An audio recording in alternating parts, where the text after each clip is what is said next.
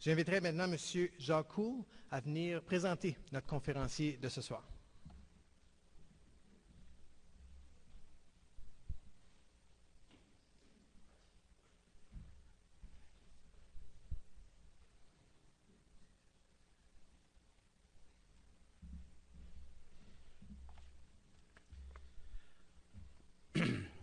Ewan McIntosh, c'est un enseignant, c'est un conférencier et un homme d'affaires reconnu comme l'un des plus grands experts d'Europe dans le domaine des médias numériques pour les services publics.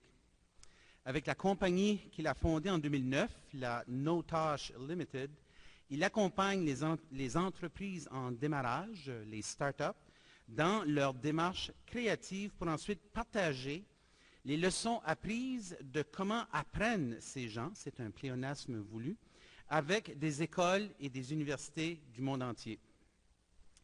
Il a été le premier aviseur national de l'Écosse sur l'avenir de l'apprentissage et les technologies.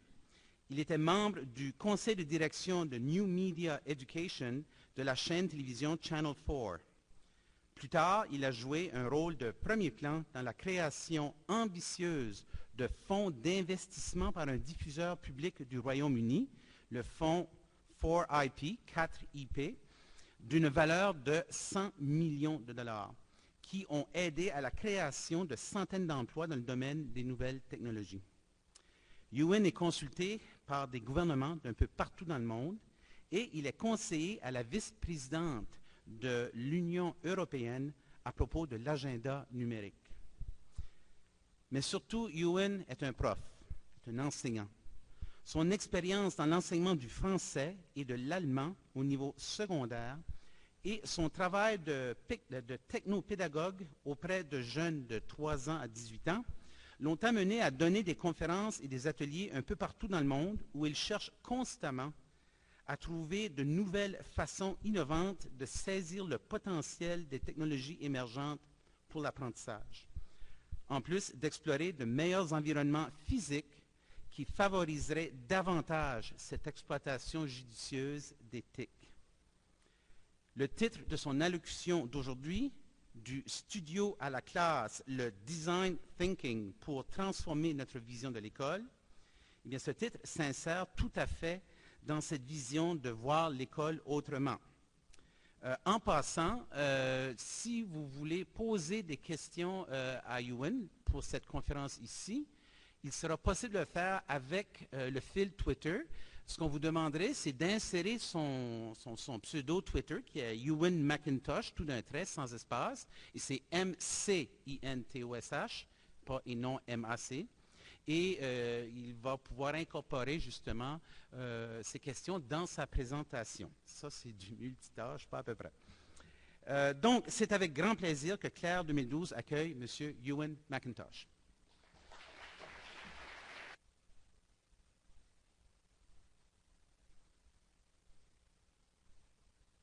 Je vais juste faire les branchements, la plomberie numérique.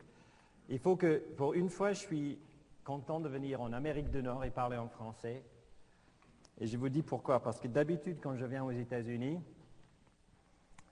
je vous laisse faire l'audio, un petit buzz. Quand je viens aux États-Unis, j'ai presque besoin de sous-titrage lorsque je parle en anglais, avec mon accent écossais. Donc j'ai fait il faut que je parle plus lentement, c'est un cauchemar. Et vous avez entendu déjà parler de mafia italienne qui fait l'offre qu'on ne peut pas refuser. La mafia de Glasgow fait une offre qu'on ne comprend pas. Donc, je suis très ému en fait d'être là à Nouveau-Brunswick, parce que c'est aussi à Nouveau-Brunswick où j'ai vraiment découvert ce que c'était enseigner. J'avais peut-être fait 6 semaines de mon premier travail de prof lorsque j'avais reçu un email, 3 professeurs qui allaient venir en Nouveau-Brunswick avec un échange. Ils disaient, on a besoin d'une personne de plus, sinon on ne peut pas faire la visite. Et alors, j'avais pas d'enfant, pas de femme, les jours. Et donc, je pouvais partir comme ça. J'avais mon passeport, je suis parti. Et on a fait 2500 km en 5 jours. On a visité plein d'écoles, sans doute entre vous, quelques écoles à vous. Et j'ai vu que tout ce que j'avais appris à l'université comment enseigner, c'était faux. Et j'avais découvert ici des pratiques qui étaient beaucoup plus intéressantes. Et alors, depuis 10-11 ans, je passe tout mon temps à rechercher pourquoi ça marche et essayer d'augmenter la pratique que vous avez faite. Donc, je me sens un peu comme la relation qui prend le cadeau de Noël qu'on lui a donné il y a 10 ans et qui le remet dans un nouveau paquet cadeau, et je vous le redonne ce soir. Et j'espère que vous ne remarquez pas trop que c'est le même cadeau et que j'ai essayé d'échanger des petites choses. Voilà mon nom, si jamais vous voulez envoyer une question en direct, et comme ça je peux plus facilement voir les provocations que vous me donnez. Je ne veux pas que les gens quittent ici et dire « Oh, les choses là, je ne pourrais pas les faire lundi matin ». Il y a plein ici qui est fait pour lundi matin, il y a plein ici qui est fait d'ici 1 an, 2 ans et beaucoup plus. Alors, je vais commencer avec quelqu'un, j'espère que vous le connaissez. Vous connaissez lui? Oui, ça voyage. Simon Cowell est, je trouve, intéressant parce qu'il a du succès. Vous aurez quand même du mal à dire qu'il n'a pas du succès. Il a du succès, il a du talent en ce qu'il fait. Mais j'imagine qu'il n'y a personne qui lui a déjà demandé pourquoi et comment il est talentueux. Et comment est-ce qu'on sait qu'il est talentueux? Combien d'argent il fait? Combien de stars il trouve? Combien il est riche ou pas riche? Est-ce qu'on l'admire parce qu'il avait tout perdu, en fait, lorsqu'il avait 25 ans? Il a dû tout recommencer à partir de zéro et il a fait un grand succès. Qu'est-ce que c'est le talent et comment est-ce qu'on repère? Et je vous montre aussi cette dame-là. Cette dame, peut-être vous ne la connaissez pas. C'est Carol White. Elle est le PDG de Premier Model Agency à Londres et c'est elle qui avait inventé le concept de supermodel. C'est elle qui avait inventé le supermodel, Naomi Campbell, Cindy, tout ça. Alors elle, est-ce qu'elle a du succès? Oui ou non? On dirait plutôt oui. Mais pourquoi elle a eu du succès? Pourquoi on dirait qu'elle est talentueuse en ce qu'elle fait? C'est comment elle gère son bureau? C'est qu'elle fait beaucoup d'argent? C'est qu'elle a un œil pour choisir les plus belles filles et les plus beaux mecs pour être dans son agence? Ce qui est drôle, j'imagine encore que personne ne lui a posé la question. On l'a laissé faire son travail et avoir du succès ou ne pas avoir de succès tout seul, elle-même. Et alors, lorsqu'on passe à l'apprentissage, à être professeur, qu'est-ce que c'est un bon professeur? Qu'est-ce que c'est un bon élève? Qu'est-ce que c'est un bon leader?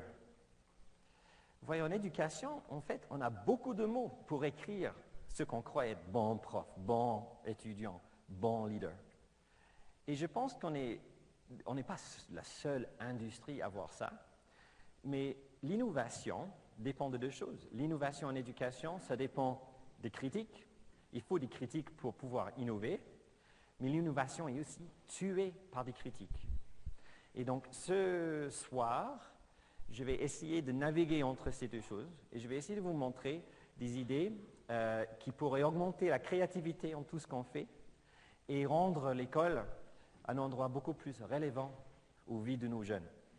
Alors, je dois remercier Roberto d'avoir mis cette session juste après la dernière fois que vous aurez pu boire de l'alcool et juste avant la prochaine fois que vous allez pouvoir boire de l'alcool. Merci, super, je suis très content. Donc, je vais essayer de vous motiver un peu. Je suis désolé si en fait vous pensez à d'autres choses, c'est une longue journée. S'il y a quelque chose que vous ne comprenez pas, vous voulez plus de temps ou plus de temps sur quelque chose, dites-moi. Et puis comme ça, je peux m'en occuper. Je vais commencer avec une petite histoire. Juste après la Deuxième Guerre mondiale, aux États-Unis, les choses compliquées se passaient. Les États-Unis croyaient qu'ils étaient vraiment au bout du monde. Ils étaient en haut de tout le monde. Ils avaient gagné une guerre. Ils étaient très riches à l'époque. La guerre était bien au niveau financier. Et avec cet argent, on avait commencé à construire les freeways. Et en 1945, il y avait à peu près 6 000 voitures aux États-Unis. 6 000. Vous savez combien il y en avait en 1950? 7 millions en 5 ans. Et les freeways étaient vraiment l'essence qui conduisait cet énorme agrandissement de voitures. Alors, il y avait tout ça qui s'est passé. Une chose qui s'est passée, c'est que les familles voulaient voyager beaucoup plus. Ils voulaient sortir en voiture, faire une sortie. Ils voulaient aller à la plage. Il y avait une culture de plage qui a commencé. Une culture de banlieue qui avait vraiment commencé à grandir grâce au freeway. Et alors, il y avait à l'époque beaucoup de nouveaux business qui montaient. Et il y avait certains qui étaient mieux que d'autres. Une de ces personnes qui avait assez de succès s'appelait Ray Kroc. Et Ray Kroc vendait des machines qui faisaient les milkshakes parfaits. Il vendait ça à tous les restos qui étaient fondés sur le freeway. Et un de ses clients, un de ses meilleurs clients, c'était les frères McDonald. La chose avec son milkshake maker, c'est que c'était un modèle d'efficacité. Mettez ça dans votre restaurant et vous aurez toujours un milkshake parfait. N'importe quelle heure, n'importe quel employé peut faire un milkshake parfait. Il avait automatisé le processus de faire un milkshake parfait. Mais regardez McDonald's, et McDonald's avait un problème. McDonald's avait le problème, ils étaient trop forts en ce qu'ils faisaient. À la fois, ils avaient 120 voitures qui venaient dans leur drive-thru, plein de punks. Et ils n'étaient pas... bref, c'était plus un resto familial, c'était un resto où les punks allaient boire pas juste le milkshake, boire d'autres choses aussi. Et il y avait trop de bruit, trop de saleté partout. Et en fait, McDonald's allait fermer des magasins. C'était en chute. Imaginez ça, en 1950, McDonald's n'allait pas bien. Donc Ray, il les a achetés. Il a acheté les frères McDonald's, il a tout changé. Il a réduit la carte. Il disait, on va faire le burger pour 58 secondes de chaque côté, précisément, pour avoir le burger parfait. Et on va mettre la même salade sur tout, que ce soit du poulet, du burger ou n'importe quoi, la même salade. Et du coup, il a inventé un système, il a systématisé le hamburger au point où McDonald's occupe presque tout le monde. Je suis très content que ça n'occupe pas certaines parties du monde. Mais ça occupe quand même pas mal du monde. Et tout ça grâce à automatiser le processus. Alors, qu'est-ce qu'il a fait? Lui, il a été doué pour quelque chose. Beaucoup de choses après la guerre, c'était dans le mystère. Les gens savaient qu'il y avait beaucoup de choses qui se passaient, la vie augmentait en valeur, mais c'était beaucoup de mystère. Et il y a certains gens, comme les frères McDonald, et aussi comme Ray Kroc, qui avaient découvert un heuristique. Donc, ils avaient un gut feel, ils savaient que si on fait ça, on aura des clients qui viennent faire ça. Donc, ils avaient la recette. Il y avait beaucoup de restaurants comme McDonald's à l'époque, beaucoup de compétition. Il y avait beaucoup de gens qui avaient réussi à mettre ensemble des éléments du jeu pour gagner quelque chose. Mais Ray Kroc, il avait réussi à faire ça, de heuristique jusqu'au algorithme. Il a réussi à trouver la formule pour faire le restaurant rapide parfait. Et dès qu'il a fait ça, dès qu'il a mis l'ordre dans les pensées, il avait interprété ce mystère après-guerre et il en a fait une recette bien parfaite. Et à mon avis, quand on regarde les choses les plus importantes de l'éducation, ce qu'on sait marche dans la salle de classe, si on savait tous ce qui marche dans la salle de classe, on serait ici, dans l'algorithme.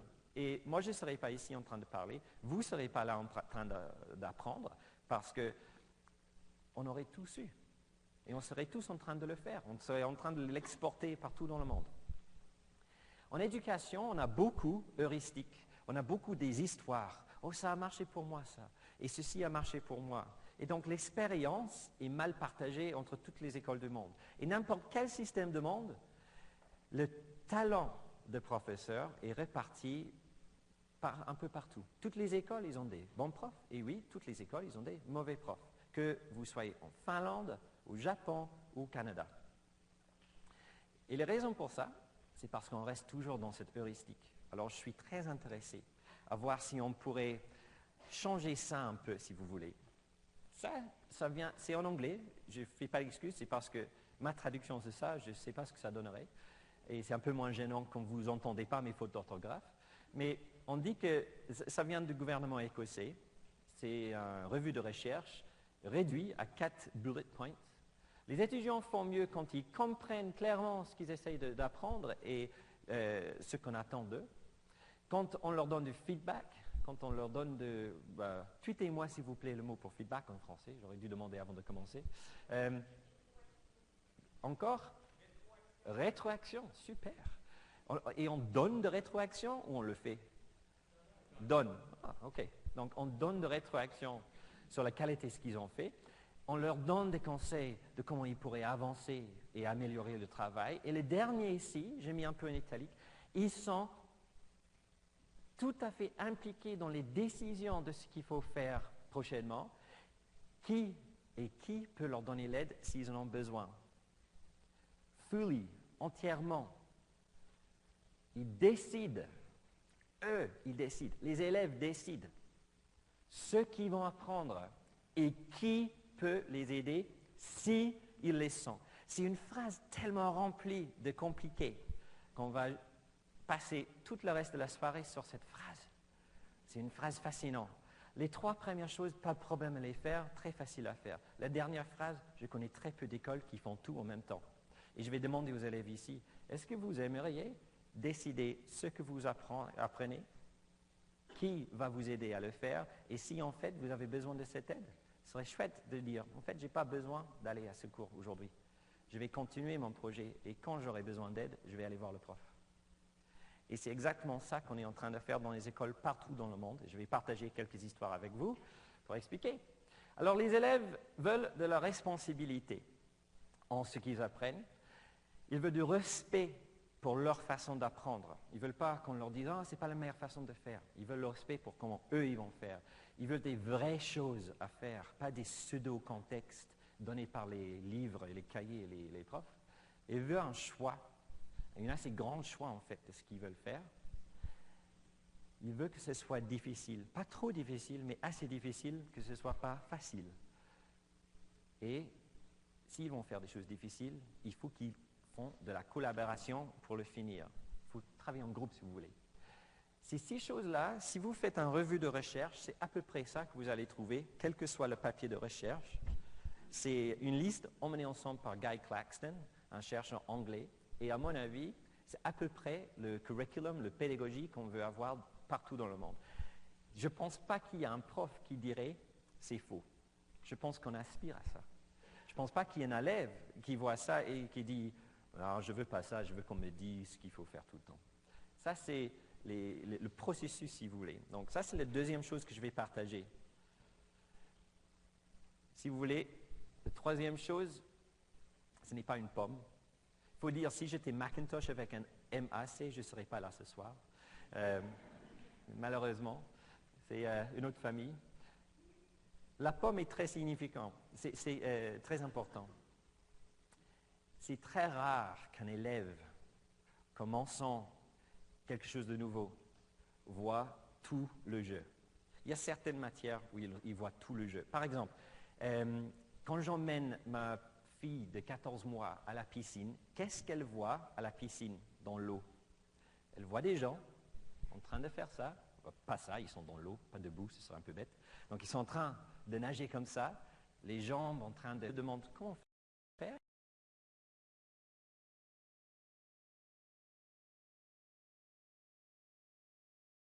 Par terre,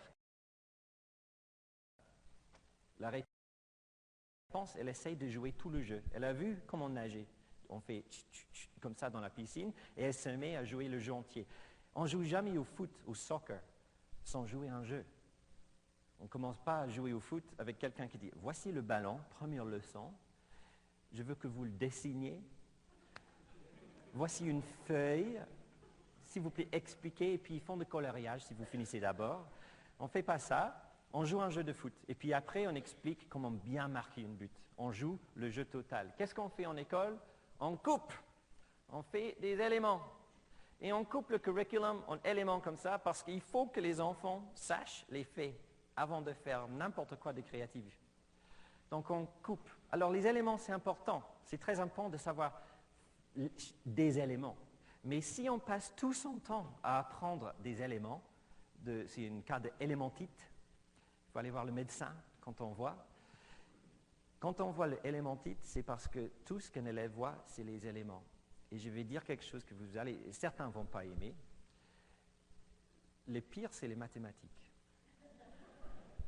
Et je dis ça parce que je vais vous poser une question très simple. C'est quoi le jeu de mathématiques? Je vous dis le jeu de français, la langue française. J'étais prof de français, prof d'allemand. Pour moi, à 13 ans, Le jeu de français, je ne devrais pas dire il y a des enfants. Je vais dire.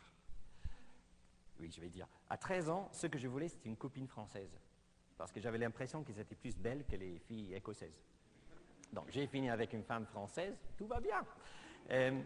Ça, c'était le jeu. Alors, chaque élément que j'apprenais, c'était pour mieux parler, pouvoir m'exprimer en français pour un but, aller en échange scolaire, en fait, partir de l'école, passer 2 semaines par an à l'étranger, vivre comme un Français. Pour moi, c'était le jeu. En musique, j'ai appris la batterie. Est-ce qu'il y a des baguettes? Oui, il les a repris. Mais quand vous apprenez en Écosse faire la batterie, tu apprends comme faire de pipe band drumming. C'est la caisse claire pour faire les cornemuses. Et j'ai passé 2 ans à faire mum, mi, daddy, avant de pouvoir faire un drum roll parfait. 3 ans avant de pouvoir jouer avec le groupe. J'ai fait que des éléments, en fait. Mais je savais ce que c'était, le jeu. Et quand je n'étais pas en cours, je jouais tout le jeu ensemble. Donc, moi, je veux savoir comment on peut remettre tous ces éléments ensemble et, comme David Perkins dans son livre « Making Learning Whole » le dit, jouer tout le jeu d'apprentissage à chaque fois qu'on entre dans une école et dans une salle de classe. Avec le foot et le baseball, on fait des Junior League. Qu'est-ce que c'est le Junior League de votre matière? Qu'est-ce que c'est le Junior League de la leçon que vous allez enseigner lundi à 10 heures? Et est-ce que vos enfants, quand ils rentrent dans la classe, peuvent comprendre tout le jeu en 2-3 minutes?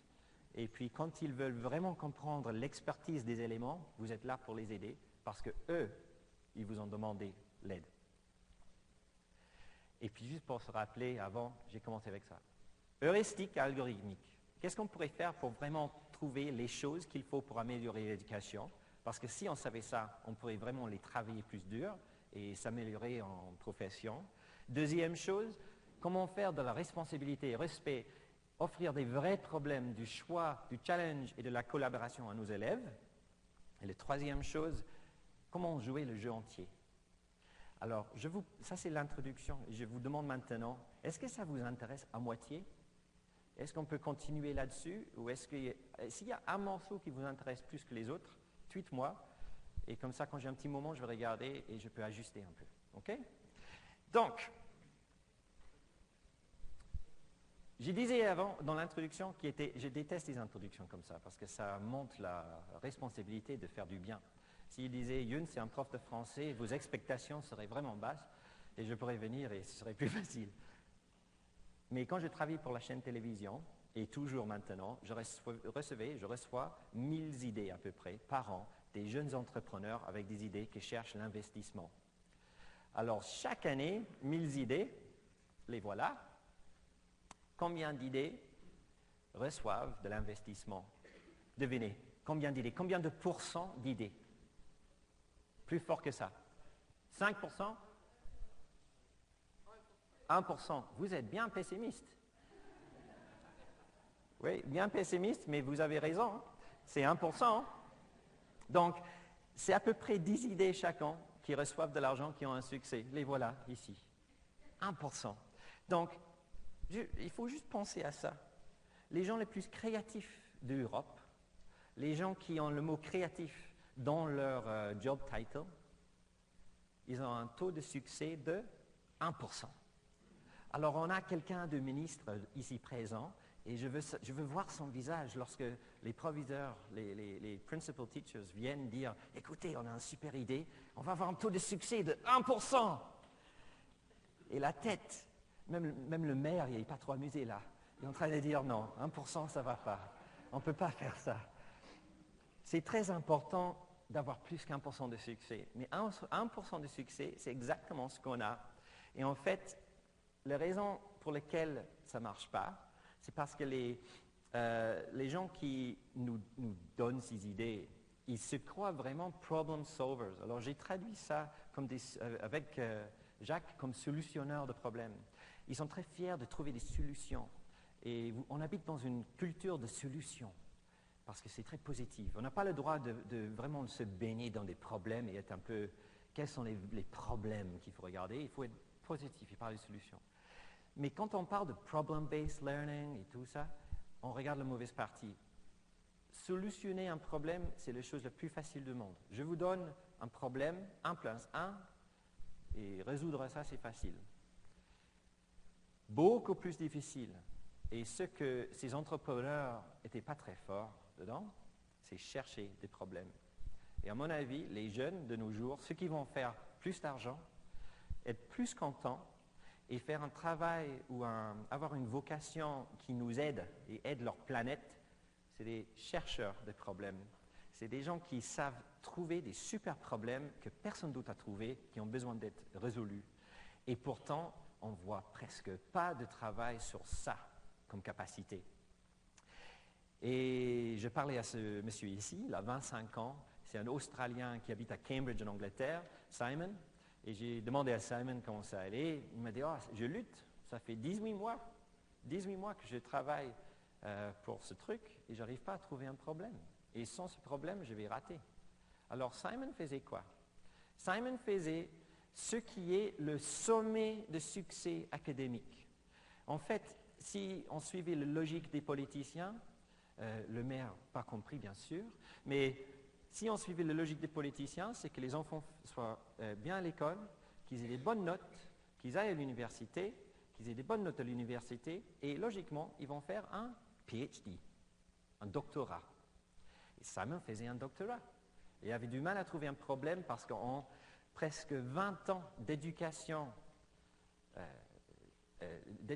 formelle, personne ne l'a jamais demandé de chercher et trouver un problème qui n'a pas été résolu. Alors, combien de la population britannique, au moins, tiennent un PhD? Combien tient un doctorat? 1%. Donc, si le taux de succès de l'éducation est en fait 1%, parce que ça, c'est le sommet, logiquement, de succès, on pourrait changer tout et n'importe quoi dans l'éducation dans les écoles, parce que de toute façon, par les mesures traditionnelles, on rate. On ne fait pas bien.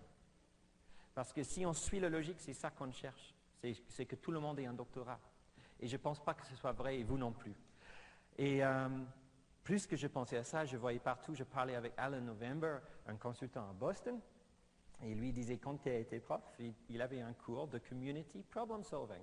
Donc, il disait à ses élèves, allez dans la communauté, trouvez un problème qu'ils ont, et je vais faire mon mieux de trouver les technologies qui sont disponibles pour que vous résoudre, pour que vous solutionnez ce problème. Et avant de même finir la phrase, il y a la main qui monte. C'est une fille qui dit, eh, monsieur, vous êtes le prof, nous sommes les étudiants, c'est à vous de nous donner les problèmes. Et nous, on les travaille. Et c'est un problème qui existe alors depuis son cours qui a été en 83. Vous voyez, le problème, c'est qu'on est, si vous voulez, endoctriné. C'est le mot que j'utiliserai. On est endoctriné par des générations que c'est le professeur qui met en revue le curriculum et qui regarde quels problèmes valent la peine de mettre devant mes élèves lundi matin. Et c'est pas quelque chose de nouveau, le problème étant que les élèves qui sont ici aujourd'hui seront enseignés par des professeurs qui ont été enseignés comme ça. Les professeurs qui sont enseignés par des enseignants qui ont toujours pensé comme ça. Et donc on a un problème qui date tellement loin dans nos histoires personnelles que c'est presque impossible de le changer. Vous pourrez partir ce soir étant tout à fait d'accord avec tout ce que j'ai dit, mais vous aurez des expériences tellement fortes derrière vous que c'est presque impossible de les changer. Et un bon exemple de ça, ça vient des États-Unis, ça vient d'un politicien, c'est le président Nixon. Le problème, c'est qu'on sait exactement que cette indoctrination, que le status quo, la façon traditionnelle d'enseigner, c'est mauvais, on le sait. Mais pourquoi ça ne change pas? On regarde la politique et on voit pourquoi. Ceci, c'est un clip très connu, on va regarder ensemble, et vous allez voir que pour la plupart du temps, ça va très bien. Il nous tient, il nous convainc, et puis il dit quelque chose qui nous change d'avis comme ça. Okay? Regardons, et on va voir quand ça change. Ça marche? Voilà. Un peu de son. I made my mistakes, but in all of my years of public life, I have never profited from public service. I've earned every cent. Jusque-là, ça And in va. all of my years of public life, I have never obstructed justice. Jusque-là, ça va. And I think, too, that I can say that in my years of public life, that I welcome this kind of examination because bien. people have got to know whether or not their president's a crook. Oh, Well, I'm not a crook. I've earned everything I've je ne got. suis pas un voleur. I'm not a crook. Et dès qu'il a dit I'm not a crook, une nation a dit he's a crook. Pourquoi? Parce qu'il a utilisé le langage du public. Le public avait en tête déjà que c'est un crook. Il dit I'm not a crook. Donc qu'est-ce que se passe? Les jeunes dans le public le savent bien. Ne dis jamais ce que l'adulte croit, sinon c'est fini. Et avec l'éducation, on sait que dans les recherches ce qui marche. On sait que la façon traditionnelle de transmettre de l'information, comme je suis en train de faire maintenant, ce n'est pas le meilleur pour que les gens apprennent. Et pourtant, c'est le mode d'apprentissage le plus commun dans le monde. Pourquoi ça ne change pas? C'est parce qu'on utilise le mauvais frames. On utilise le mauvais cadre pour convaincre les gens. Il y a 3 raisons. D'abord, le chant. Lorsqu'on est un nouveau prof et on apprend comment enseigner, on fait des cours pour bien enseigner. Puis on va dans l'école, et qu'est-ce qu'on dit dans l'école? Oh, oublie ce qu'ils disent à la fac. Ici, c'est le vrai monde, c'est comme ça qu'on enseigne. Donc le chant, être dans le champ de travail, ça obscure l'innovation. L'innovation a du mal à survivre dans un champ hostile, où les gens disent « Non, là c'est la vérité. Écoutez-moi, je sais ce que je fais. Je travaille comme prof depuis 30 ans. Et je travaille comme prof depuis 30 ans, ça peut être lu comme « Je fais la même chose depuis 30 ans tous les ans. J'ai fait 30 fois la même chose et ça marche. » Et ça ne va pas. Il faut que 30 ans, on fait 30 choses différentes. Donc le chant. Deuxième, l'habitus. Alors l'habitus, c'est le fait que pendant 13 ans d'école obligatoire, donc ceux qui font les jeunes ici aujourd'hui, 13 ans de ça, puis l'université, en 13 ans, on a des très forts souvenirs de ce que c'est l'école. Et c'est très difficile de se débarrasser de ces fortes émotions. Même marcher dans une école, il y a une odeur. Cette école n'a pas d'odeur. Il y a une odeur d'école. Et d'habitude, quand je rentre dans une école, je le sens. Et ça fait ça. C'est une sorte d'odeur d'école. Et dès qu'on le sent, dès qu'on voit une école avec ses salles de classe et ses 30 chaises et 30 tables, qu'est-ce qui se passe? Le habitus nous fait rentrer dans ce qu'on comprend le mieux. Et ce qu'on comprend le mieux, c'est ce qu'on a eu lorsqu'on était étudiant à l'école. Donc je ne sais pas s'il y a des jeunes dans le public qui veulent devenir professeurs un jour, mais selon la recherche de ça, vous allez enseigner comme vous êtes enseigné maintenant. Surtout quand il y a la pression. Et ça, c'est la dernière partie. L'identité personnelle, c'est une combinaison d'habitus et de chant. Mais l'identité, ça peut avoir moins d'habitus et plus de chant.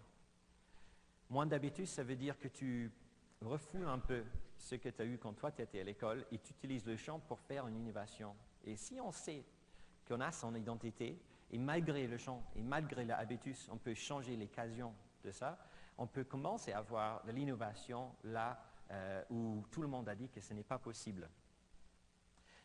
Sinon, c'est ça avec ça qu'on finit. Ici, c'est un exemple de ce que je dirais typiquement le victime de habitus. C'est une question d'un livre, d'un textbook américain. Ils disent, quel est le changement vertical de A à B, B à C, C à D? Et les réponses correctes, on s'en fiche. On s'en fiche. Si vous voyez un ski lift comme ça, qu'est-ce que vous faites? Vous courez. Vous ne demandez pas quel est le changement vertical. C'est une question bête, stupide. Il y a plein de questions stupides en éducation. On ne se pose pas pourquoi on les pose. Regardez celui-ci. Expand, élargir. Il fait ça. Tu vois? J'aime bien ça. C'est ça, Moi, je regarde ça, j'ai dit, oui, logiquement, il est correct. C'est bien. Et vous voyez? Alors, le problème là, c'est que l'enfant ne voit pas pourquoi on fait ça. Même moi, je ne vois pas pourquoi on fait ça. Il n'y a pas de contexte pour que ce soit un contexte personnel que je comprends. Ça ne passe pas un test que moi j'appelle le « so what » test. C'est le « quoi alors » test. Alors, il faut imaginer qu'on a tous 14 ans et regardez ce qu'on va faire la semaine prochaine. Choisissez n'importe quelle leçon et mettez-vous dans la tête d'un garçon ou une fille de 14 ans et dites « alors quoi alors? Pourquoi on fait ça ?»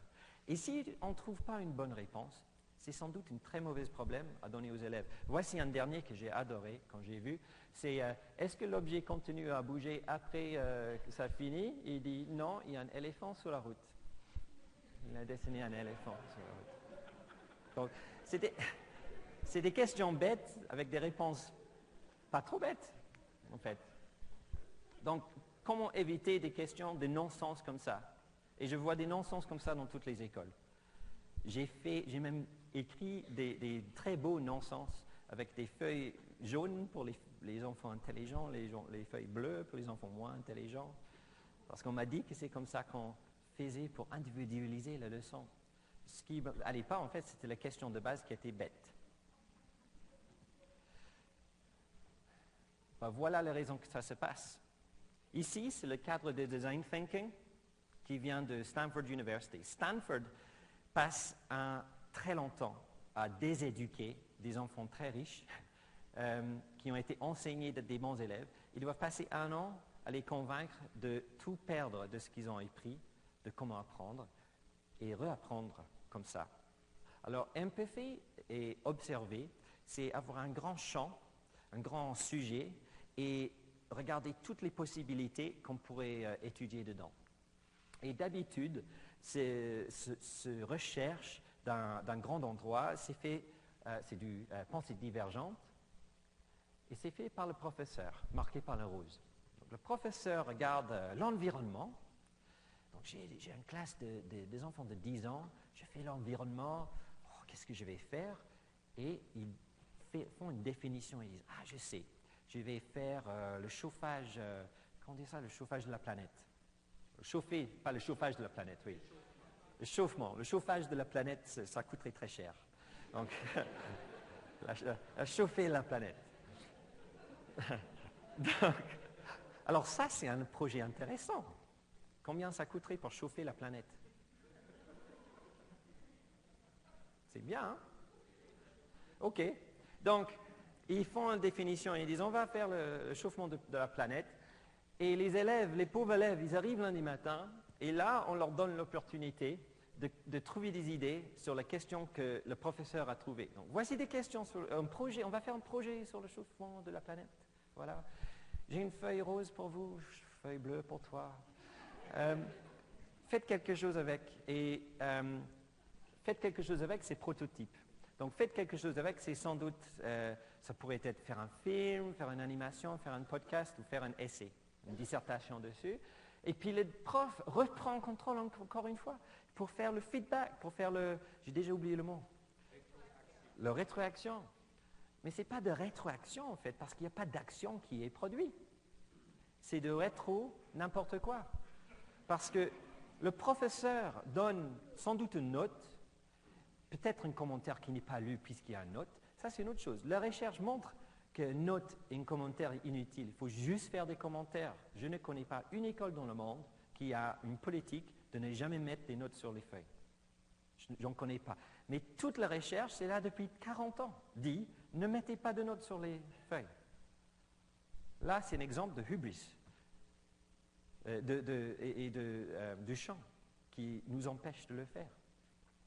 Alors, ce que je suis en train de faire avec mes collègues, c'est enlever le professeur et redonner tout le processus d'apprentissage aux élèves. Et c'est ça qu'on appelle le Design Thinking School. On essaye de faire quelque chose de différent. Je ne sais pas si ça vous intéresse ou pas. Je vais regarder un petit peu bientôt.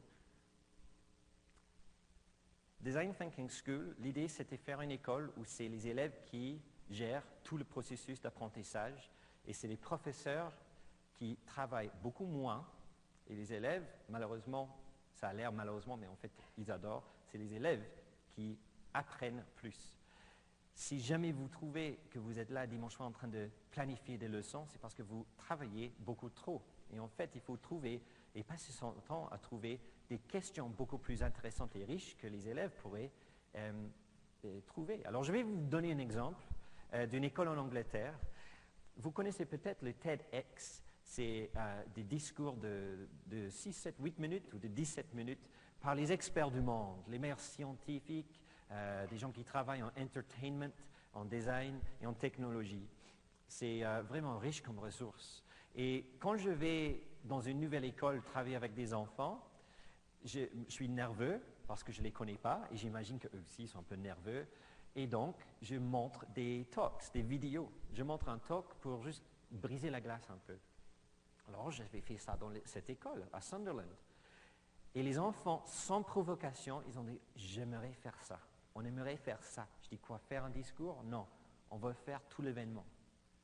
On peut faire ça, monsieur? Oui, je crois. On n'a jamais eu des enfants de 6, 7 et 8 ans qui ont fait, je crois. Mais si vous voulez faire ça, on va faire. Et c'est exactement ce qu'on fait. Donc, je dis, alors, qu'est-ce qu'il faut d'abord si vous allez faire ça? Ils ont dit, il faut qu'on fasse des discours. Je dis, très bien. Alors, sur quoi vous allez parler? Est-ce que vous avez jamais demandé à un enfant de 6, 7 ou 8 ans leur passion? Ils disent toujours, c'est leur maman ou père, c'est plutôt maman, leur chien ou leur club de foot.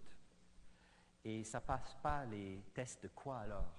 Alors la première fois que je le fais, j'ai dit qui veut faire? Il y a une petite fille qui s'appelle Sophie, et Sophie met sa main, je dis allez Sophie, allez. Elle dit ok, j'aimerais parler de ma mère. Je dis alors quoi alors? Pourquoi tu veux faire ça? Elle se met à pleurer. Et c'est là où je me rends compte pourquoi je suis prof secondaire et pas en primaire.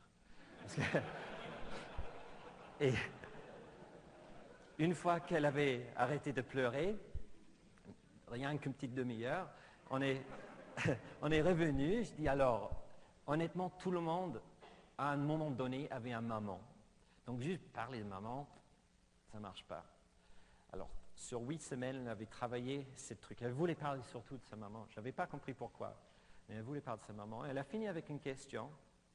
Pourquoi c'est tellement important qu'on dit à ceux autour de nous qu'on les aime? Et pourquoi on ne le fait presque jamais? Elle avait fait une recherche là-dessus. Et c'est elle, là, en train de parler devant presque 250 étrangers, des gens qu'elle ne connaissait pas, dans une université, un endroit où elle n'était pas censée aller. L'école était dans un endroit où les gens, franchement, c'était pas ce qu'ils faisaient, pas aller à l'université. Et je vais expliquer juste un petit peu le processus. La première chose qu'il faut faire, c'est regarder beaucoup de talks. Alors, on a regardé presque 200 en 6 semaines avec ces enfants de 6-7 ans, ceci étant le premier. Regarde ça. Talking about expectations. Expectations. Watch.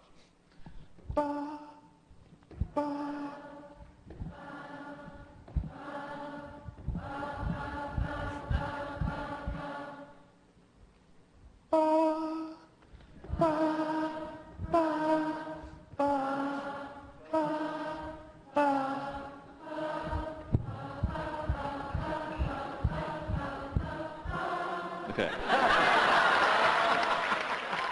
Magique, hein? Alors j'ai adoré ça. Et étant des vrais scientifiques, les enfants de 7 ans, qu'est-ce qu'ils ont fait? Ils sont allés vers les enfants de 5 ans dans la classe à côté. Ils ont reproduit l'expérience. Et ça a marché. Ce que mes enfants avaient compris comme ça, c'est les règles de neurosciences et pourquoi le cerveau est complètement entamé pour le pentatonic scale. Il ne peut pas quitter le pentatonic scale. Et ce que j'adore, ce n'est pas une vidéo faite pour les petits, c'est fait pour les grands. Et il finit par faire de la bonne musique. On peut faire ça plus tard avec un peu arrosé.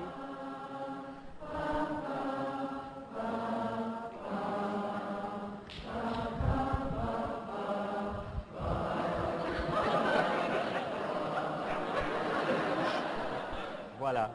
Donc on a regardé beaucoup de vidéos et on avait choisi les vidéos en demandant à notre Twitterverse quelles sont les bonnes vidéos pour les jeunes de 6, 7, 8 ans. Et on a après trié en trouvant des sujets génératifs, donc des sujets qui commençaient des fils de curiosité qu'ils pourraient faire. Alors ils ont adoré ça. Deuxième, je voulais montrer que tu pourrais parler des choses quasiment ennuyeuses, mais d'une façon intéressante. So this is Betty. She's a New Caledonian crow, and these crows use sticks in the wild to get insects and whatnot out of pieces of wood. Here she's trying to get a piece of meat out of a tube, but the researchers had a problem. They messed up and left just a stick of wire in there. And she hadn't had the opportunity to do this before. You see, it wasn't working very well. So she adapted. Now this is completely unprompted. She had never seen this done before. No one taught her to bend this into a hook. No one had shown her how it could happen. But she did it all on her own. So keep in mind that she's never seen this done.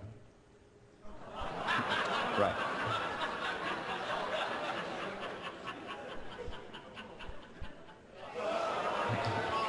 Yeah.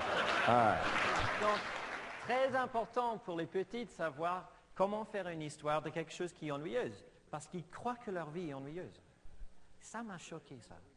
Des enfants de 6-7 ans qui disent déjà « ma vie est ennuyeuse ». C'est triste. Et donc, je leur ai montré, tu peux prendre n'importe quoi et on fait une histoire. Et j'ai dit pourquoi c'était intéressant. Ils avaient trouvé, je ne sais pas si vous avez trouvé, ils avaient trouvé sur peut-être 2, 3, 4e fois d'écouter, ils avaient trouvé. Ils disaient, les scientifiques avaient fait une erreur. Ils avaient laissé un petit fil dedans. Alors, les enfants de 7 ans ne sont pas bêtes. Ils ont dit, non, les scientifiques ne font pas ça. Et je dis, alors, qu'est-ce qu'il a fait? Il dit, bah, il a inventé pour faire une meilleure histoire. Je dis, exactement.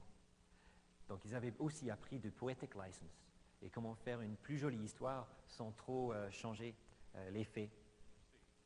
Et puis, on a fait ça aussi. J'ai éteint le volume. On avait regardé des talks sans écouter le son. En fait, on regardait la plupart des talks comme ça. Et je dis, qu'est-ce que vous voyez? Et donc, ils décrivaient. Ils disaient, bah, ça a l'air d'être des... Je ne sais pas, c'est des aliens, c'est des... ça, c'est un jellyfish, je reconnais. Ou ça a l'air d'être les dos des gens dans la lumière. Ça, c'est un poulet qui nage. Et donc, il décrivait. Et j'ai dit, alors, est-ce qu'il y a quelqu'un qui veut venir faire un running commentary? Est-ce qu'il y a, comme vous connaissez les courses de chevaux? Il y a le running commentary. C'est très rapide et inventé sur le coup. Et donc, il y avait ce garçon, très timide, qui a dit, oui, moi je veux. Il est venu. Il a juste écrit ce qu'il disait, on posait des petites questions, on disait, dis-moi ce que tu vois, c'est de quelle couleur, ça bouge rapidement ou pas rapidement, lentement. Et donc, il s'est mis là, et il a découvert, il a fait tout ça, on l'a filmé. Et le meilleur moment, c'est qu'on a dit, OK, assieds-toi, et on a monté le son. Et on a écouté le discours. Et ce garçon était tout à fait correct en tout ce qu'il a dit. Il n'avait pas fait de faute du tout. Il était aussi expert que l'expert. Je vais vous montrer ça à la fin, je pense que c'est chouette. Stand out very easily there if you couldn't use your camouflage, use your skin to change color and texture. Here's some algae in the foreground and an octopus. Isn't that amazing? Alors, écoutez Now la Roger prochaine spooked him, partie. so he took off, a cloud of ink, lands, and when he lands, the octopus says, "Look, I've been seen, best thing to do is get as big as I can get." That big brown makes his eye spot very big. So he's bluffing. Let's do it backwards. I thought he was joking when he Et first le garçon avait deviné ça. Il a dit, il fait de son œil un plus grand truc brun pour faire peur aux gens, pour se rendre plus grand. Il avait deviné et il écoute les scientifiques qui disent, oui, c'est exactement ça qui se passe. Donc, c'est vraiment génial. C'est des choses qui élargissent l'esprit de toute façon. Tu apprends du contenu de curriculum. C'est peut-être pas exactement ce que tu es censé apprendre lorsque vous avez 7 ans. Vous êtes sans doute censé en avoir 14. Et pourtant, ils avaient tout compris. Donc ça, c'était une partie de contenu. Deuxième partie, comment écrit-on un bon discours? Comment faire un bon truc? Alors, ma maîtrise, ce n'est pas le meilleur enseignement. Il faut dire, j'ai la technologie ici, ça s'appelle un Big Book. C'est écran super large, très tactile. On tourne des pages, c'est presque comme tourner du papier. Et en fait, j'utilisais le Big Book que j'avais volé des tout petits. J'ai dit, est-ce que vous voulez lire Le Petit Chaperon Rouge? Ils ont dit, non, c'est pour les bébés. Je dis, j'ai le Big Book. Ils ont dit, ouais! Ils sont venus se mettre devant. Et on n'a pas lu pour l'histoire, on a lu pour voir comment c'est un des meilleurs contes qui n'a jamais été écrit par Charles Perrault. J'aurais aussi lu la vraie version écrite par Charles Perrault, où tout le monde meurt à la fin. Ils ont adoré. Et ils ont dit, mais pourquoi toutes les autres histoires n'ont pas ça? Je dis, bah pourquoi? Je ne sais pas. Quelle est la meilleure histoire? Ils disent, bah quand tout le monde meurt. Je dis, pourquoi? Ils disent, plus réaliste. Donc ils sont très pragmatiques. On avait fait ça, et en même temps, j'ai posé des questions, et on avait écrit tous les devices, tous les plot devices qui étaient utilisés, Et on avait ça dans la salle de classe pour qu'ils voyaient tout le temps comment construire avec des répétitions, des adjectifs pour chaque nom, des adverbes pour décrire les verbes. On avait vraiment travaillé les parties dures d'écrire une histoire. On n'avait pas travaillé les parties faciles. On avait juste concentré sur les structures. Puis, au niveau du vocabulaire, c'était faible. Ils n'avaient pas assez de vocabulaire. Et donc, j'ai utilisé des jeux d'ordinateur. Celui-ci s'appelle Machinarium. C'est pour n'importe quel ordinateur. Et j'ai utilisé ça. Vous pourrez utiliser MYST, M-Y-S-T, très vieux CD-ROM. Il faut juste trouver des jeux d'ordinateur qui ont des graphiques et la musique ou le son très riches. Il n'en manque pas. Il y en a plein. Des jeux commerciaux. Et le contexte du jeu, ça les a tout de suite fixés. Et vous savez quoi? On n'a même pas joué le jeu. Ça, c'est l'écran entrée du jeu. Et je leur ai dit, en 20 minutes, je veux que vous écriviez une histoire, juste là-dessus. Il faut suivre les règles qu'on avait apprises avec Petit Chaperon Rouge. Il ne faut pas oublier des adjectifs, il ne faut pas oublier des mots connecteurs et tout ça. Vous avez 20 minutes. Qu'est-ce que j'avais fait? Pourquoi on faisait ça? Parce qu'on joue le jeu entier. En 20 minutes, ils allaient écrire toute une histoire et ils ne pouvaient pas perdre parce qu'ils avaient un stimulus qui était bien fort et qui résonnait avec eux. Je vais vous lire, c'est en anglais. Ils ne sont pas si bien qu'ils puissent aussi le traduire en français pour vous. Je vais lire un petit peu. Il faut se rappeler, on était appelés à cette école parce qu'ils avaient du mal à écrire et parler en anglais. Ils avaient 7 ans. In an ancient, horrifying castle, on a mysterious, ancient hill, in a bubbly, pitch-black sky, I chopped down like a prickly skeleton bone. The gruesome, grisly castle laid on a horrifying planet. The trees looked like ghouls' hands emerging out of the volcanic ground. The deadly, spooky castle is if in a graveyard. The trees charged out in rage. C'est pas mal. C'est très, très bien. Et donc, pourquoi? Qu'est-ce qu'on avait changé? On avait juste structuré, on avait donné des super exemples, le meilleur du monde du TED Talks. On avait donné un contexte qui était totalement différent de ce qu'ils voyaient lorsqu'ils regardaient à travers la fenêtre de leur salle de classe. Et on leur avait donné quelque chose de très important, du temps. Beaucoup de temps. On n'avait pas de clocher, on avait demandé qu'ils éteignent les cloches de l'école. Je ne sais pas pourquoi une école primaire doit avoir des cloches. Ça n'a aucun sens. Et ça, c'était le plus puissant. Et on leur a donné des techniques. On parlait vraiment de le jeu entier. Donc, le jeu entier, c'était monter ce TEDx, ce spectacle. Et il y avait plein de petits jeux dedans. Donc, il y avait le petit jeu d'organiser les venues. Il y avait le petit jeu de trouver un titre pour son talk. Il y avait le petit jeu de... beaucoup de petits jeux. Et ça, c'était la structure qu'on utilisait. Et on utilisait ça grâce à des recherches de Brainsford. Brainsford avait pris 2 classes. Il avait appris à une classe les éléments de solar power, water supply, global warming. Je n'ai pas tout le vocabulaire, j'espère que vous compreniez. C'est des choses scientifiques. Et il a dit à l'autre classe, préparez un voyage pour traverser le désert Sahara. C'est tout. Et il a trouvé, au bout de cette expérience, quand ils ont fait un test, la classe qui avait été enseignée les éléments assez traditionnellement et la classe qui avait eu cette expérience, ce projet, ils avaient atteint exactement le même résultat. Puis ils ont répété et ils ont donné un autre challenge. Le challenge était décrivez comment vous allez traverser le jungle tropical. Et là, puisque l'élément qu'ils avaient appris ne s'appliquait pas, ou ils n'arrivaient pas à s'appliquer aux nouveaux problèmes, la classe qui avait que des éléments, ils ont chuté. La classe qui avait étudié comment traverser le désert Sahara avait pris une sorte de compétence qu'ils arrivaient à appliquer ailleurs. Et donc, comment faire ça avec des talks?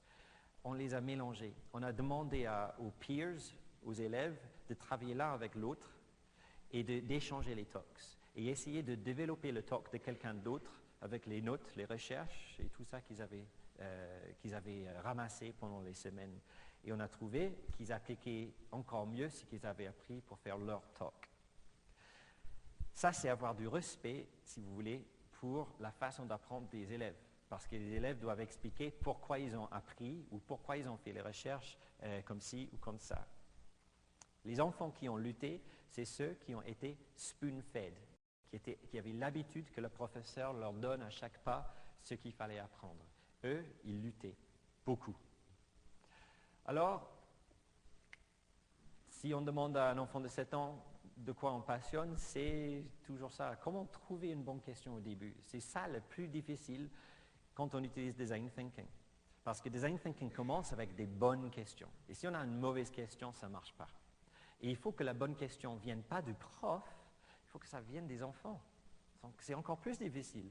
Ça vous rend peut-être sentir un peu impuissant, parce que c'est les enfants qui doivent faire. Ben, je vais vous raconter une histoire. Nous, on a lutté.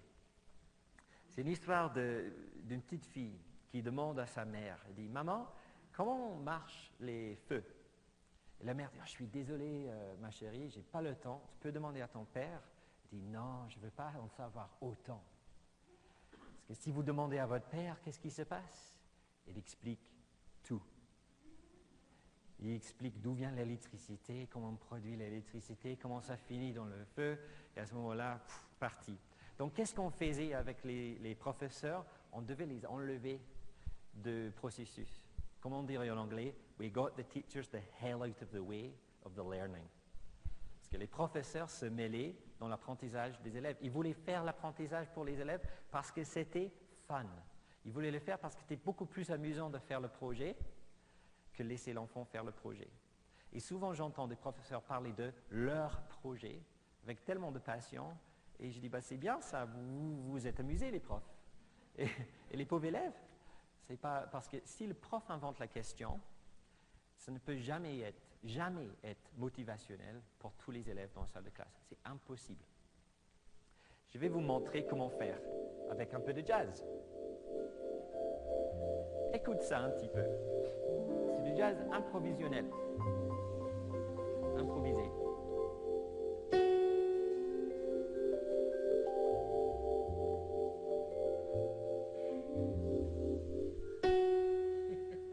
Alors, qu'est-ce qui s'est passé?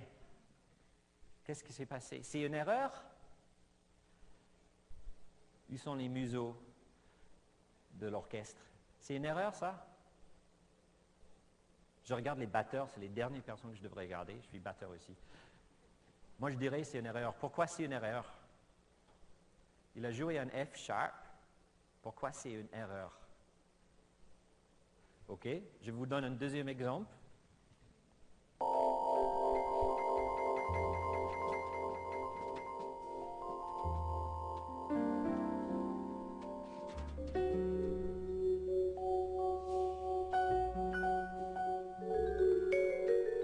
Donc là, il joue un F sharp, même note.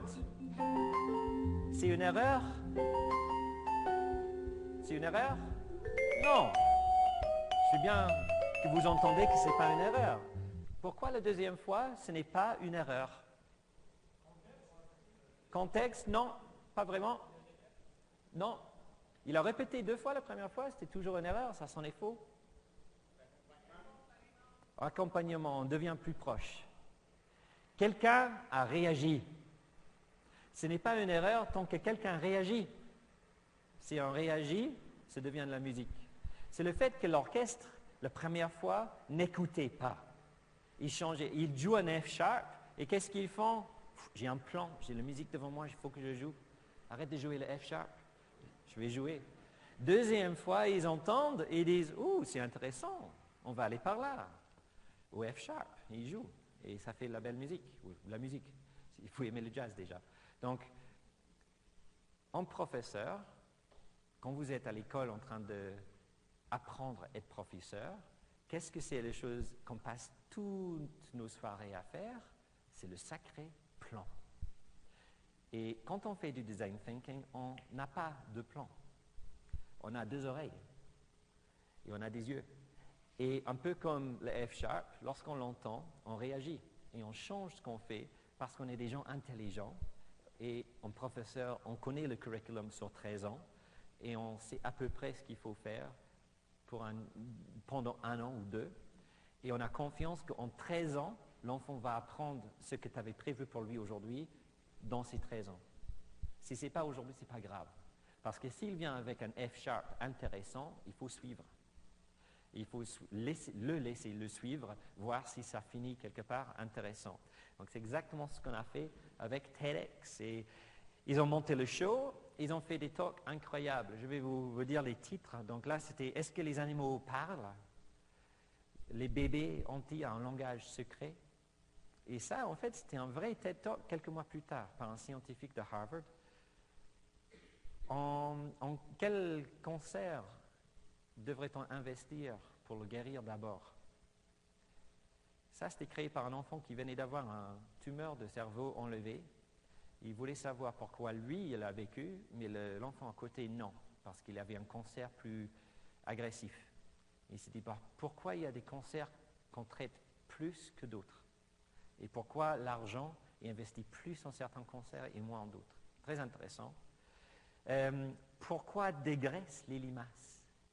Why do slugs need slime? Est-ce qu'il y a quelqu'un ici qui connaît la réponse? Et la beauté, c'est que non.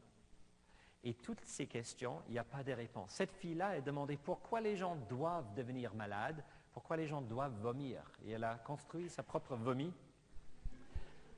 Voici les fameuses carottes, il faut toujours. Sa mère était médecin. Elle a passé la nuit à regarder les accidents, les urgences. Et elle voyait en fait la plupart des urgences, c'est à cause des gens qui étaient ivres dans sa ville. Et ils vomissaient. Donc elle était intéressée. Pourquoi les gens vomissent? Pourquoi c'est important de vomir et comment éviter? Alors ils se sont vraiment étonnés. Tous les enfants ont pu le faire. Ils avaient trouvé des problèmes, des questions épiques à résoudre, à solutioniser. Pas des problèmes de qu'est-ce qui se passe si A va à B et B va à C. Ils trouvaient des problèmes qui étaient importants pour le futur de leur planète. Ils se sont vraiment amusés à le faire, ils se sont engagés.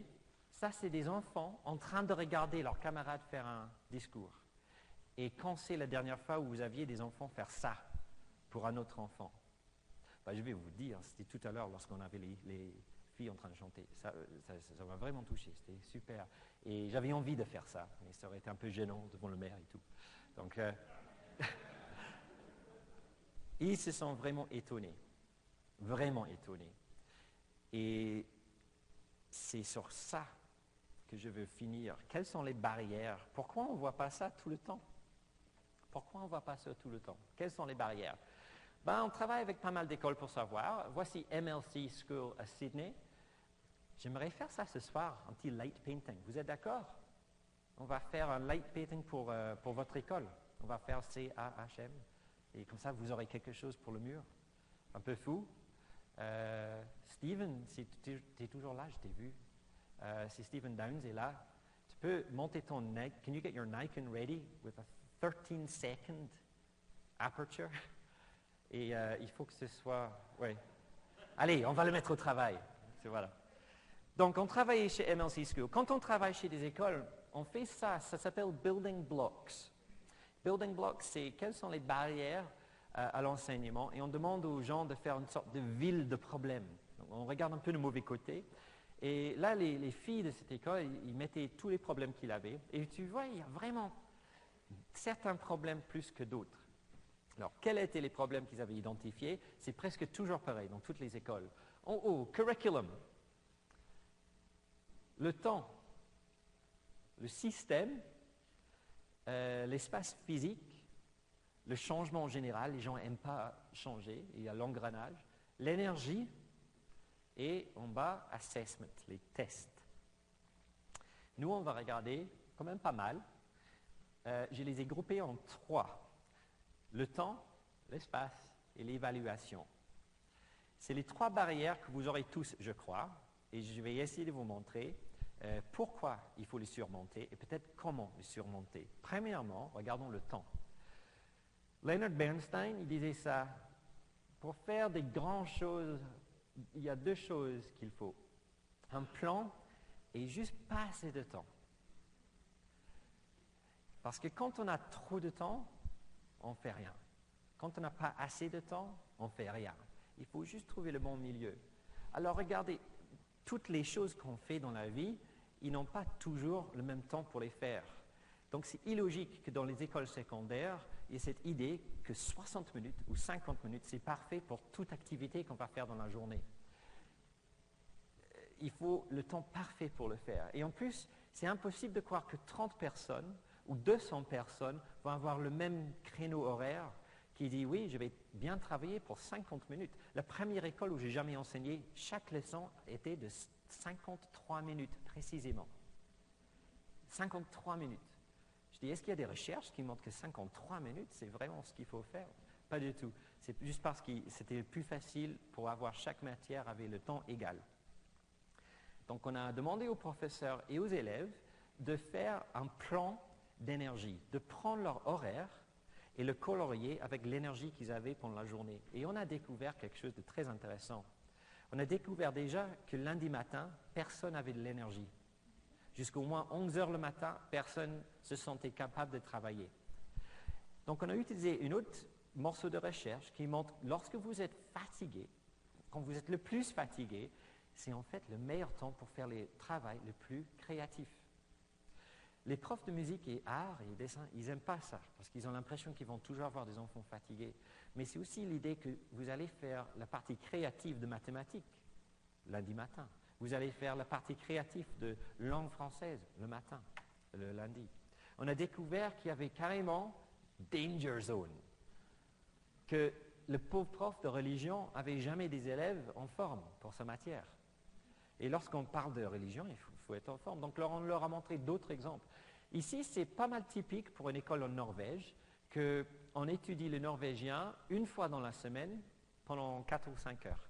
On fait maths une fois par semaine, 6 heures. Et on ne revient jamais. Alors, qu'est-ce qui se passe si vous faites mathématiques pendant 6 heures? Déjà, il n'y a pas de PowerPoint, parce que ça fait une longue PowerPoint. Le travail change.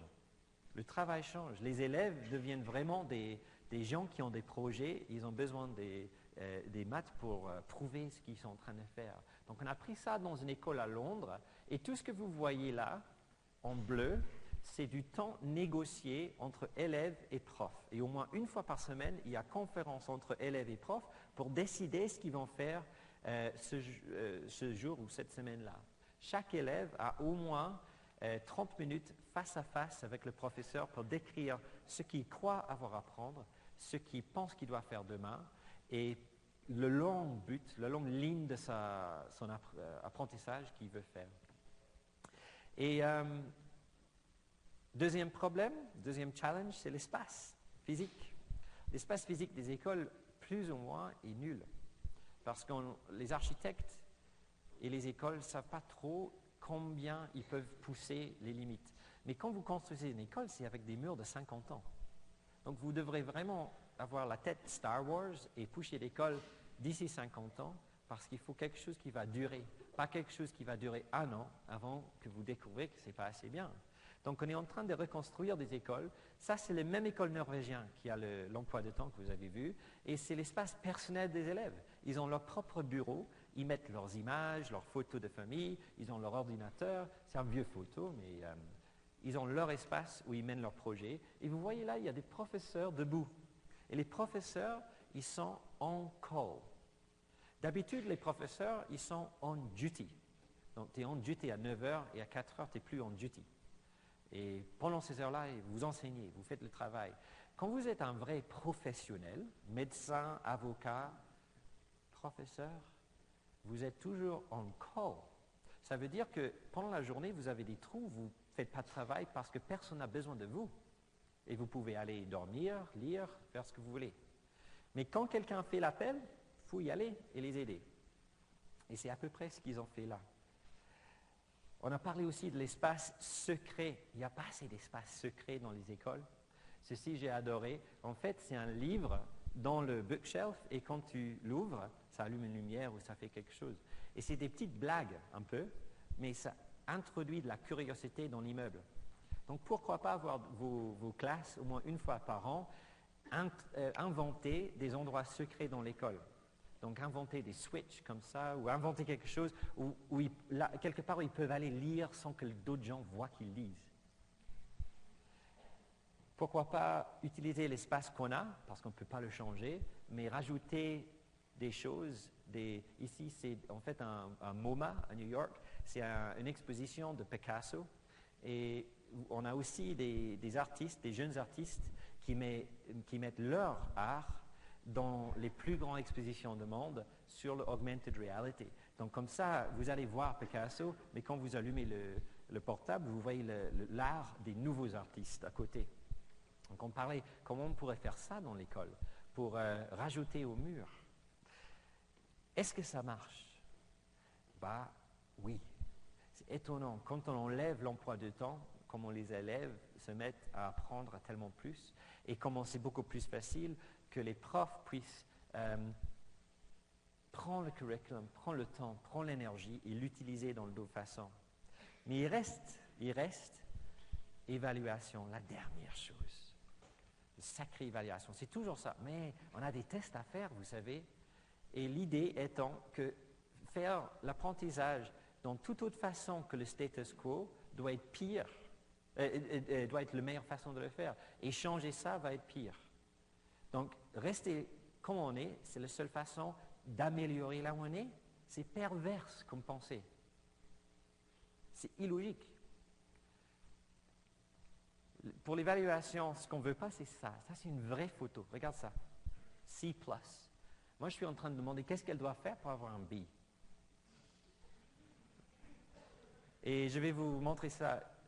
Il y a certains collègues qui auraient déjà vu, parce que j'ai montré, c'est quelque chose que je montre pas mal, mais j'adore. Est-ce que vous connaissez Katie Melua, la chanteuse? We are 12 billion light years from the edge. Vous connaissez? That's a guess. Donc, no one can ever say it's true. Katie Melua a fait cette chanson, c'était un énorme tube. Et ce qui s'est passé à elle, c'est exactement ce qui se passe à nos élèves pendant qu'ils font des travaux créatifs.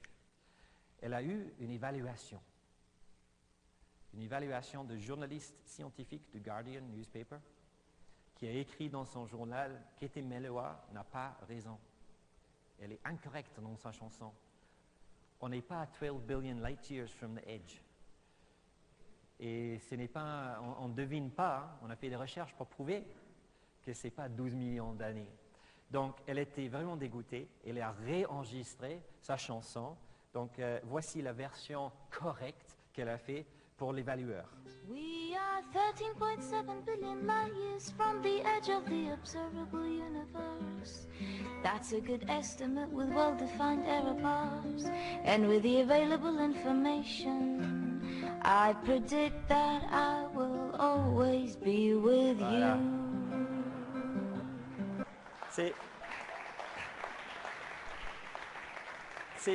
C'est du beau, c'est totalement correct, mais totalement nul.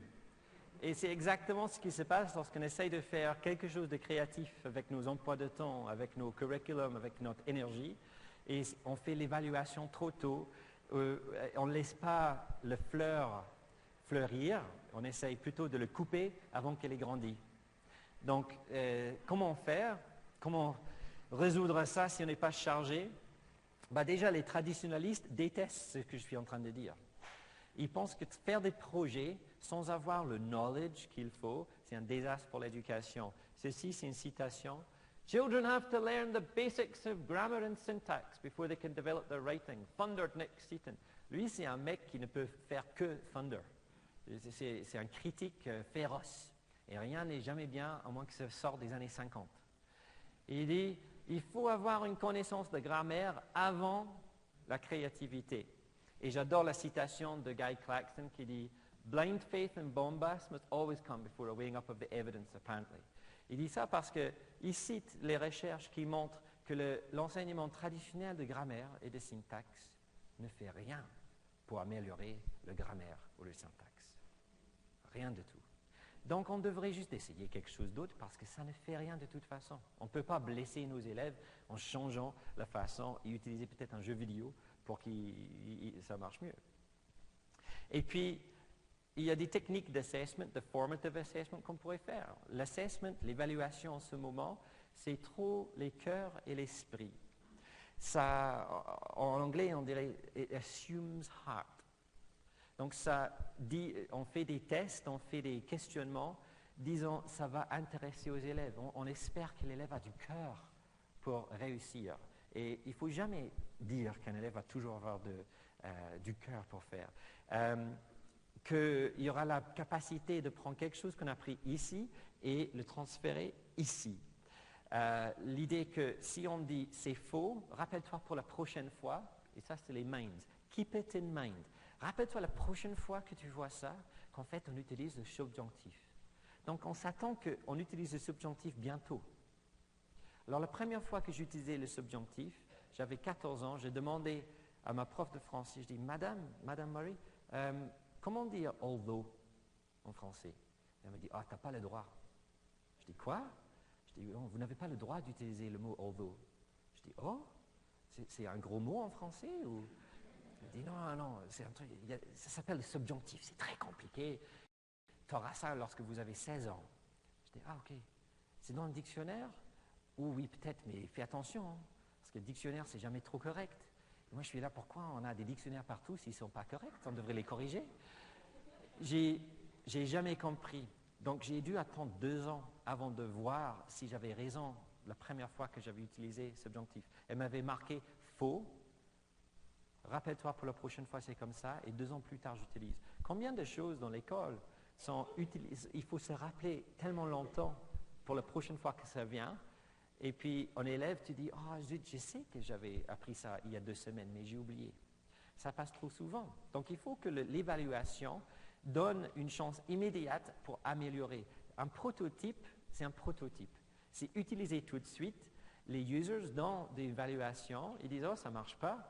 Et les programmeurs, les codeurs, changent le prototype tout de suite. Ils le remettent, ils disent, est-ce que ça marche mieux? En éducation, il faut beaucoup plus de ça. Et il faut arrêter de faire du just-in-case learning, juste au cas où, d'apprentissage juste au cas où. Apprendre à commander un café en France pour un enfant en Écosse, c'est just-in-case learning. Juste au cas où vous finissez dans un café en France. Ça ne va jamais arriver pour la plupart des gens. C'est comme just-in-time learning, c'est beaucoup plus intéressant, où un élève a besoin de votre savoir pour aider parce qu'il ou elle veut résoudre un problème qu'ils ont tout de suite. Pardon, je vais... Une autre technique, c'est arrêter le ping-pong de questionnement, là où le professeur est toujours au centre des questions. Quelle est la capitale de France? J'ai pas. Paris, très bien. Bien récupéré. Quelle est la capitale d'Allemagne? Monsieur? Berlin, super. Ça s'appelle le ping-pong. C'est complètement inutile. Ces 2 gens-là sont terrifiés. Le reste n'apprennent rien. Vous êtes ennuyés. Et pourtant, c'est exactement ce qu'on a dans tellement de classes. Ping-pong entre le prof. Beaucoup mieux, c'est ça. Au lieu de jouer de ping-pong, c'est jouer de basket. Et Dylan Williams, chercheur sur Formative Assessment, il a une de ses collègues qui appelle ça pose, pause, pounce, bounce. Pose the question, pause, 10 seconds, demande une réponse, il donne une réponse, Paris, mauvaise question, mais bonne réponse. Pounce, c'est son camarade à côté qui évalue sa réponse. Il dit, oui, c'est Paris maintenant, mais ce n'a pas toujours été Paris. Je suis sûr qu'il y avait d'autres capitales de la France avant. OK? Et bounce, je demande à 3e camarade, qu'est-ce que vous pensez de cette discussion-là? Alors déjà, j'ai posé une question nulle. Donc la discussion va être nulle. Mais avec une bonne question comme, en quel cancer penses-tu qu'on devrait investir d'abord pour guérir? Grande question. Je vais laisser 10 secondes, je reviens et tu auras une super réponse. Je ne vais pas revenir, t'inquiète pas. Mais tu auras une super réponse, genre, je pense que ça doit être le cancer de cerveau parce que sans les cerveaux, on ne peut plus vivre. Ton camarade dit en fait non, c'est le cancer de poumon parce que c'est le plus préventable. 3e camarade évalue leur discussion. Tout le monde apprend parce que c'est un vrai débat.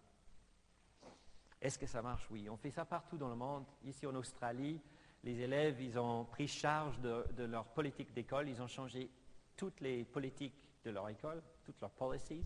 Au niveau de homework, ils ont fait les recherches sur la pédagogie et ils ont allé au school board justifier pourquoi ils voulaient changer leur école. Donc imaginez que vous avez 50 élèves qui font la recherche de Stephen Downes, qui peut-être Stephen devient leur mentor, leur coach. Ils font un Skype et disent, Stephen, est-ce qu'on regarde les bons papiers de recherche? Est-ce qu'on comprend bien comment nos profs essayent de nous enseigner? Stephen dit, non, peut-être pas, essayez ça. Ils reviennent, ils présentent. C'est exactement ce qu'ils ont fait. Ils ont fait leur discours. Bien sûr, en Australie, tout est dehors. Ça change d'ici. Donc, je vais finir, parce que je suis bien à l'heure. Je vais finir. C'est difficile pour créer ces changements. J'en ai suggéré plein. J'espère que ce n'est pas trop. Et ceci, c'est dans le livre qui décrit le design thinking du côté d'un designer. On commence avec l'espoir. On a la perspicacité, insight. Et quand on commence à avoir de insight, c'est vraiment le trou. Quand vous connaissez beaucoup de choses, quand vous commencez à élargir sur un sujet, c'est difficile, il y a tellement de choix, tellement de possibilités, et en fait, c'est un peu trop. Et on trouve ça très difficile. Et on sort ici, quand on commence à avoir des idées qui pourraient résoudre les problèmes qu'on a trouvés, et on finit par avoir des apprenants, des élèves qui ont plus de confiance en eux. Quand je faisais un projet avec les Nations Unies l'année dernière, un des élèves qui en faisait partie, un garçon, disait à ses camarades, l'idée qu'on va présenter à ces messieurs et madame de Nations Unies, eux, ils sont tellement sérieux, il faut qu'on soit réaliste. Et une des filles dans le groupe a tout de suite dit, non, il ne faut pas qu'on soit réaliste, il faut qu'on soit rêveur. Et c'est avec cette pensée que je vais vous laisser. Comment être rêveur dans votre système? Comment être chef? Comment être leader? Parce que vous êtes tous leaders. Vous avez choisi d'être là aujourd'hui. Vous êtes restés tellement tard ce soir. Vous n'êtes pas sortis encore pour le vin, bien qu'il est sans doute sur les tables en train de vous attendre. Donc vous êtes leader. Qu'est-ce que vous allez faire à partir de maintenant pour créer un changement dans vos écoles? Je vais utiliser la musique. Ça a été une journée assez musicale, donc je vais utiliser la musique pour essayer de vous montrer. Et je vais parler, j'aurais dû demander le mot avant. Comment ça s'appelle, le conductor en français? Chef d'orchestre, merci. Je vais utiliser une métaphore de chef d'orchestre qui vient d'un chef d'orchestre israélien qui s'appelle Itay Talgam. Il y a une super vidéo de 30 minutes que vous pouvez regarder à propos de ça. Et je vais commencer avec un conducteur avec un style de leadership assez particulier. Il s'appelle Muti. Voici. Regarde comme il finit l'orchestre avec sa main. Voilà. Imaginez le premier violon avec ça.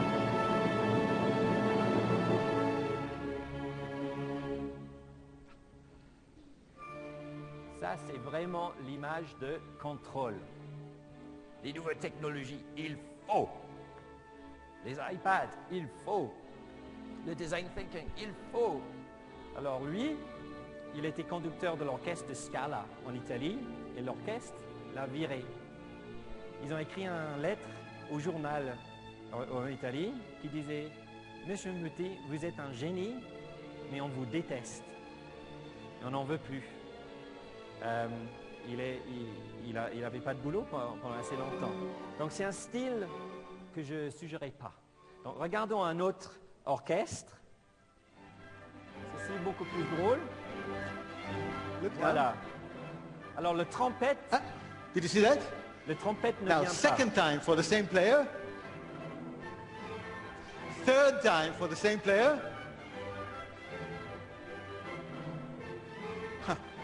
Donc, Okay, that's enough. je ne sais pas, les jeunes qui sont dans l'orchestre, peut-être ils connaissent ce petit regard. C'est quand comme ça veut dire venez dans mon bureau après pour un discours très court. Alors moi, mon chef d'orchestre, lorsque j'étais à l'école, était comme ça. J'ai adoré. J'étais percussionniste. Avec ça, quand on fait une erreur, tout le monde l'entend. Et donc, il faut... Oui, c'est vrai. Et donc, quand il fait ça, c'est vraiment le reste de soirée, c'est gâché. Parce que tu sais ce qui t'attend à la fin. Est-ce que tu fais l'erreur 2 fois? Jamais. On apprend. Mais c'est peut-être pas la meilleure façon non plus, parce que c'est un peu... Là, il faut vraiment connaître son orchestre. Donc, si vous êtes nouveau dans une école, ou si vous êtes un leader au niveau d'État ou de district, vous ne voyez pas les gens assez, peut-être pour avoir une relation où vous vous échappez belle avec ça. Voici le même conducteur. Qu'est-ce qui se passe? Now something mysterious happens. Look.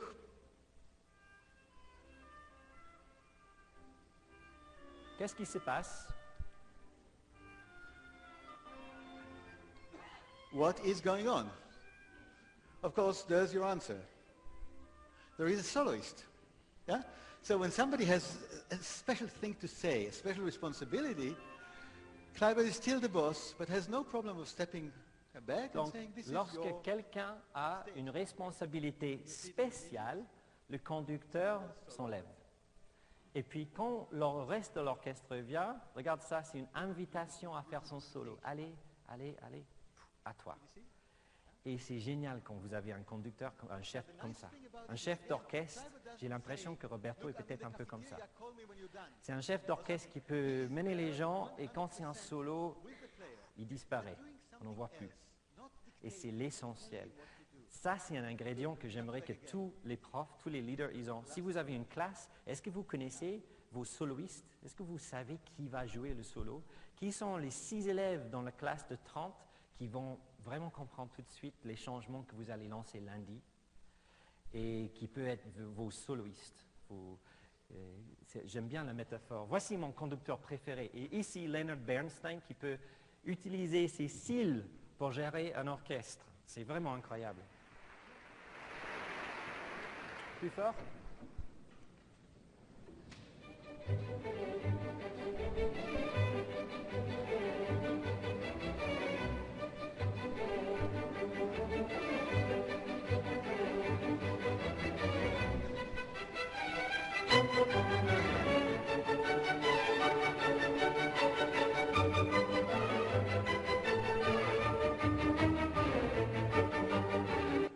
Voilà. Donc,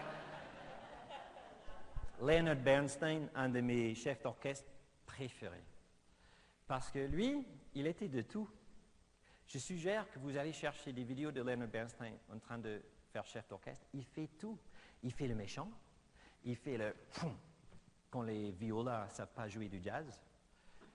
Il fait ça. Quand il fait confiance à l'orchestre, il met ses mains là, il laisse faire. Il utilise ça. Qu'est-ce qu'il fait? Il donne la confiance à l'orchestre. C'est eux les chefs. Il distribue son façon chef aux orchestres. Alors je vais finir avec mon orchestre préféré de tout. Et ça va être le vôtre aussi, si jamais vous ne connaissez pas. Et je veux que vous regardiez ça, mais je vais poser quelques questions. Donc, s'il vous plaît, réfléchissez, parce que je vais poser la question à la fin. Qui, dans cet orchestre, a le titre de chef? Qui est le orchestra leader? Qui se croit chef d'orchestre? Et ce n'est pas la percussionniste. Qui se croit chef d'orchestre? OK? On va regarder ça. C'est les dernières vidéos.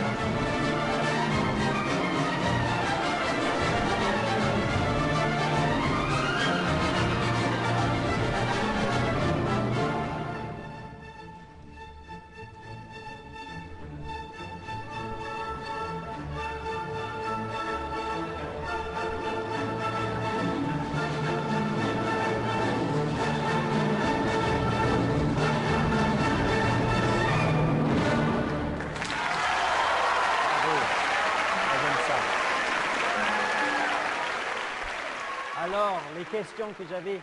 Qui est le orchestra leader? Officiellement, c'est qui? C'est la fille sur la gauche.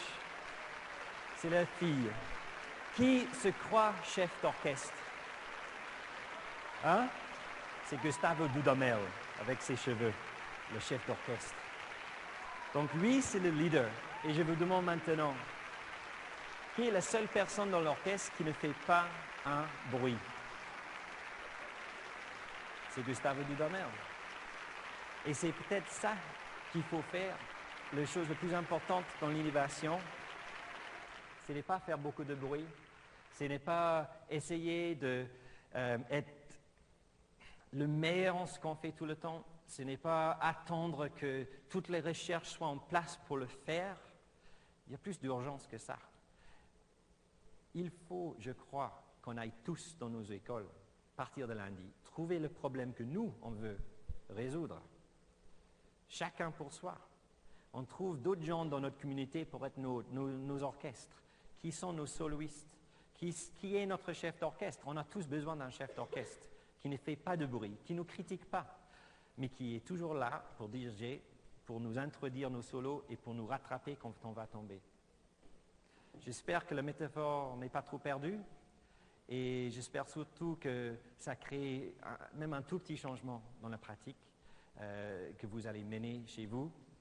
S'il vous plaît, si vous avez des histoires, le Canada c'est très loin de l'Écosse et prendre l'avion c'est beaucoup plus fatigant que tout simplement faire un blog, faire un tweet et laissez-moi savoir. Merci beaucoup.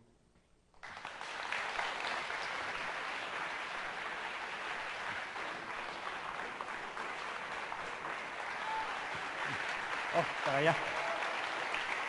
Merci.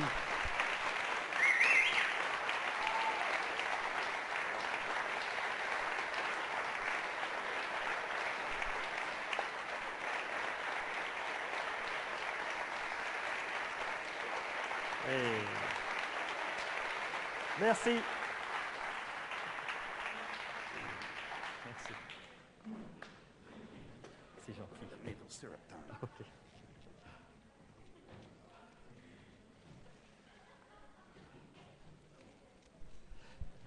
Prenez ça. Non, c'est pas grave. Voilà.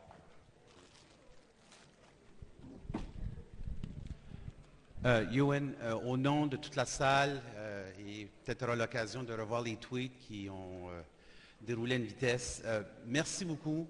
Ton sens de l'humour, la justesse et la fraîcheur de tous ces propos-là, c'est de la musique à nos oreilles et ça nous donne confiance justement à voir l'éducation autrement. Merci beaucoup. C'est très gentil. Merci à vous. Merci Roberto. Merci beaucoup. Merci à toi. Plaisir.